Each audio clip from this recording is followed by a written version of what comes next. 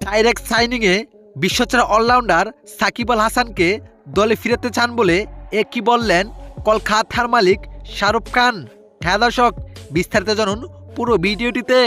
দর্শক, বহুদিন ধরেই জাতীয় দলের বাইরে রয়েছেন বাংলাদেশের বিশ্বসেরা অলরাউন্ডার সাকিব আল হাসান। নানা কারণের জন্যই জাতীয় দলের বাইরে রয়েছেন তিনি। তবে নিজের খেলাটাকে বলেছেন নাই তিনি। বিভিন্ন দেশে যে সর্বোচ্চটা দিয়ে খেলছেন তিনি, বিভিন্ন লিগে তার অবিশ্বাস্য ফর্ম দেখছেন পুরো বিশ্ব।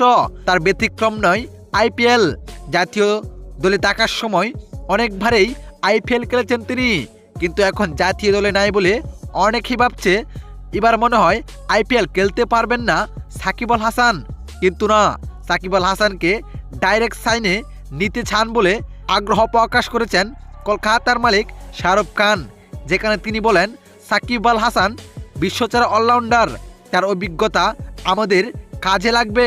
তিনি বেশ কয়েকবার বিশ্ব রেকর্ড করেছেন, তাই সাকিব আল হাসানকে ডাইরেক্ট সাইনে কিনতে চাই। তো দর্শক, সাকিব আল হাসানকে কলকাতায় খেলা দেখতে চান? অবশ্যই জানিয়ে দিবেন আপনার মতামত এই ভিডিওর কমেন্ট বক্সে। ধন্যবাদ।